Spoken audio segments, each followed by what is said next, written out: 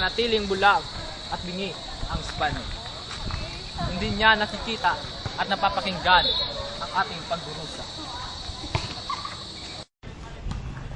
Alam kong natatakot kayo, pero mas matakot kayo para sa ating mga pamilya.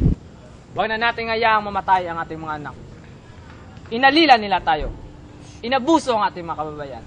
Ngayon, panahon na para tayo lumaban. Sasama ba kayo? Sasama! Mabuhay ang Pilipinas! Mabuhay! Mabuhay ang Katipunan! Mabuhay! Mabuhay si Dr. Jose Rizal!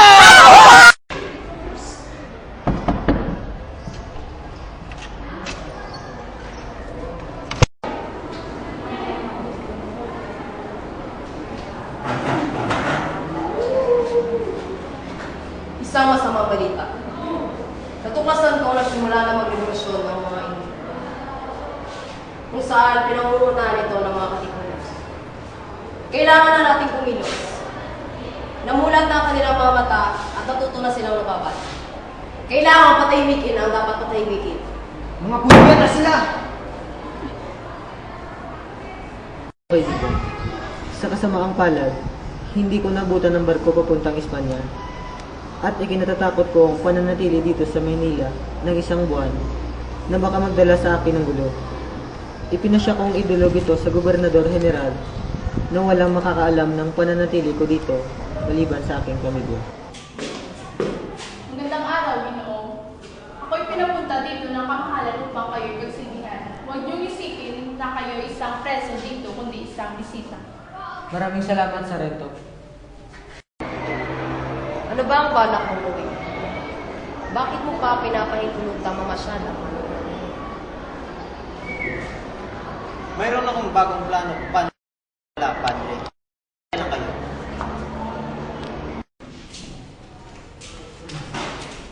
Pumanhin, kaibigan. Ngunit nabalitaan kong ika'y pinaparesto sa utos ng Gobernador General Blanco. At ika'y magiging preso sa Ceuta. Sandali lang. Ano kasalanan ko? Magsalita ka na pasyado kung maano pa ang buhay mo. Kahit patayin niyo pa ako, hindi magsasalita laban sa kapatid ko. Dahil wala siyang ginagawang masama.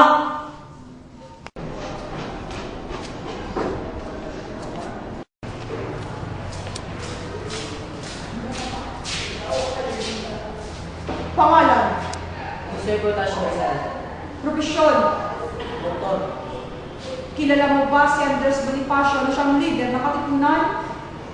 Hindi ko sigurado kung kilala ko siya. Kung ganon, bakit ginagamit ang iyong pangalan sa mga sikretong pagpupulong ng grupong ito? Hindi po yun sikreto. Kung ganun, bakit niyo po alam? Walang matatago sa mata ng inang Espanya. Sagutin mo ang tanong ko!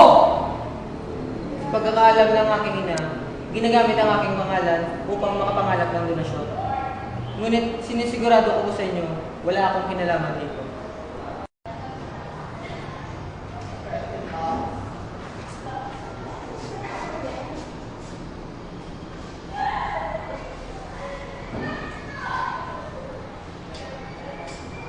Kayo po pala si Dr. Jose Rizal, ang dakilang manunulat.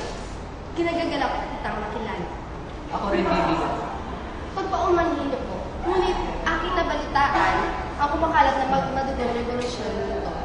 Hindi po ba kayo nababahala sa mga pangyayaring ito, lalo na ito'y sinisisi sa inyo?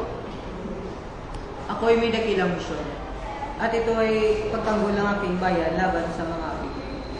Oo, marami na akong naisulat laban sa pamamahala ng Espanya. Ngunit, hindi ko kailanman magagawang ibuwis ang napakaraming buhay ng aking mga kababayan. Ang nakalat na ebidensya laban sa iyo. Una, dokumentado. Pangalawa, nanggaling na mismo sa bibig ng iyong mga kaibigan. Ngayon, may pagkakaila ba na ikaw utak ng Katipunan? Gawin ninyo ang gusto niyong gawin. Ngunit ito lang ang masasabi ko. Hindi ako ang utak ng Katipunan. Nasa sa inyo na lang kung kayo'y maniniwala. Tingnan natin.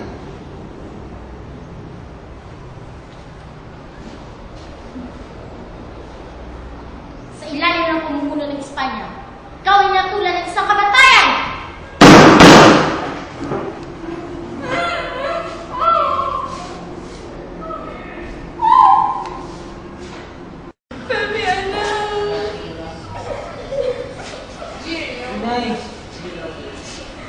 Dahil marami akong nagawa kasalanan sa inyo.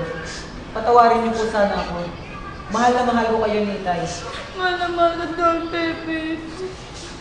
Tama na yan. Huwag mo itong kalimutan. Josephine, mahal na mahal kita. Huwag mo sana akong kakalimutan. Paano kita makakalimutan? Kung buong buhay ko, ikaw lamang ang aking pinili. Tanggapin mo ito. Tanda ng pagmamahal ko para sa iyo. Paalam, Josephine.